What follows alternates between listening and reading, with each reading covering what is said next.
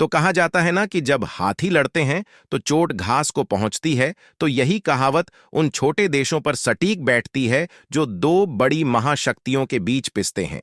और यही हाल हुआ है बांग्लादेश का, क्योंकि बांग्लादेश की अंतरिम सरकार मोहम्मद यूनुस को यह लगा था कि वह अमेरिका की जो बाइडेन सरकार को साथ लेकर भारत को कूटनीतिक दबाव में लाकर सबक सिखाएंगे, लेकिन उनकी यह रणनीति अब पूरी तरीके से फेल हो चुकी है और मोहम्मद यूनुस के पैरों तले जमीन खिसक गई है। क्योंकि शायद मोहम्मद यूनुस यह भूल गए थे कि जिस कूटनीति का वह इस्तेमाल कर रहे हैं उसमें भारत को पहले से ही महारत हासिल है। दरअसल बांग्लादेश की अंतरिम सरकार मोहम्मद यूनुस के सामने एक के बाद एक चुनौतियां खड़ी हो गई हैं, जिसमें पहली चुनौती यह है कि भारत शेख हसीना को बांग्लादेश को सौंपने के लिए तैयार नहीं है।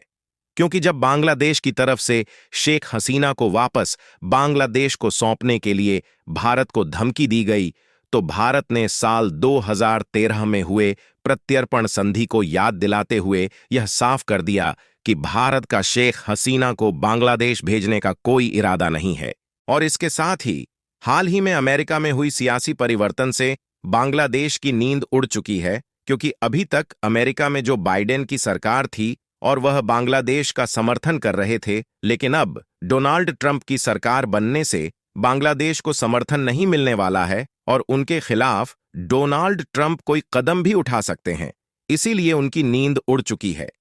क्योंकि डोनाल्ड ट्रंप की सरकार बनने से पहले ही उन्होंने बांग्लादेश को यह बात कही थी कि यदि हमारी सरकार होती तो हम हिंदुओं और अल्पसंख्यकों पर अत्याचार बिल्कुल नहीं होने देते। फिलहाल सबसे बड़ी परेशानी मोहम्मद यूनुस के लिए यह है कि शेख हसीना अभी भी खुद को बांग्लादेश की वैध प्रधानमंत्री मान रही हैं, जिससे बांग्लादेश की अंतरिम सरकार मोहम्मद यूनुस को बड़ी परेशानी हो रही है। तो आखिर पूरी अपडेट क्या है इस वीडियो में समझते हैं, लेकिन आगे बढ़ने से पहले इस वीडियो को एक लाइक करके चैनल को सब्सक्राइब जरूर कर लीजिए, क्योंकि आपके लिए यह 1 सेकंड का काम है, लेकिन इससे हमारी काफी बड़ी मदद होती है। दरअसल हाल ही में अमेरिका में राष्ट्रपति पद के चुनाव में ऐतिहासिक जीत हासिल करने वाले ट्रंप को शेख हसीना की ओर से भेजा गया बधाई संदेश साधारण या औपचारिक नहीं है।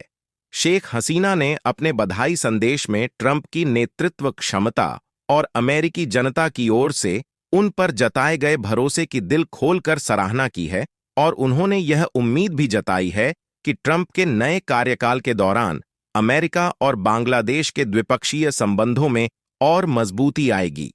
शेख हसीना की पार्टी आवामी लीग के एक्स हैंडल से लिखा गया कि बांग्लादेश अवामी लीग की अध्यक्ष शेख हसीना ने डोनाल्ड ट्रंप को संयुक्त राज्य अमेरिका के 47वें राष्ट्रपति के रूप में चुने जाने पर बधाई दी है। और शेख हसीना ने कहा कि अपने असाधारण नेतृत्व कौशल के दम पर ट्रंप ने यह जीत हासिल की है और अमेरिकी लोगों ने उन पर भरोसा जताया है। इसके साथ ही शेख हसीना ने बांग्लादेश के प्रधानमंत्री के रूप में ट्रंप के साथ हुई अपनी बैठकों और बातचीत को भी याद किया है। शेख हसीना की ओर से यह बधाई संदेश भेजे जाने के बाद साफ हो गया है कि अब वे अंतर्राष्ट्रीय समर्थन जुटाने की दिशा में सक्रिय हो गई हैं और मौजूदा समय में बांग्लादेश के प्रमुख मोहम्मद यूनुस की बाइडेन प्रशासन से घनिष्ठता मानी जाती रही है। यूनुस का क्लिंटन परिवार और डेमोक्रेटिक पार्टी के अन्य नेताओं के साथ भी नजदीकी संपर्क रहा है।